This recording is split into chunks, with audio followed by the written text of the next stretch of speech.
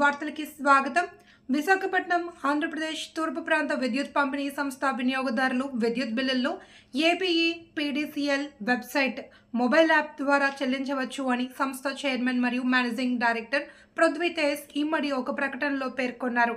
RBI మార్గదర్శకాలను అనుసరించి ఇక మీదట ఫోన్పే, జీపే, పేటీఎం మరియు ఇతర యూపీఐ యాప్స్ నందు విద్యుత్ బిల్లులు చెల్లించేటప్పుడు ఏపీఈ పీడీసీఎల్ పేరు కనిపించదు. కనుక వినియోగదారులు సంస్థ మొబైల్ యాప్ ఈస్టర్న్ పవర్ని గూగుల్ ప్లే లేదా ప్లే స్టోర్ నుండి డౌన్లోడ్ చేసుకుని లేదా సంస్థ వెబ్సైట్ www.apesternpower.com నుండి బిల్లులు చెల్లించవచ్చు అని తెలిపారు.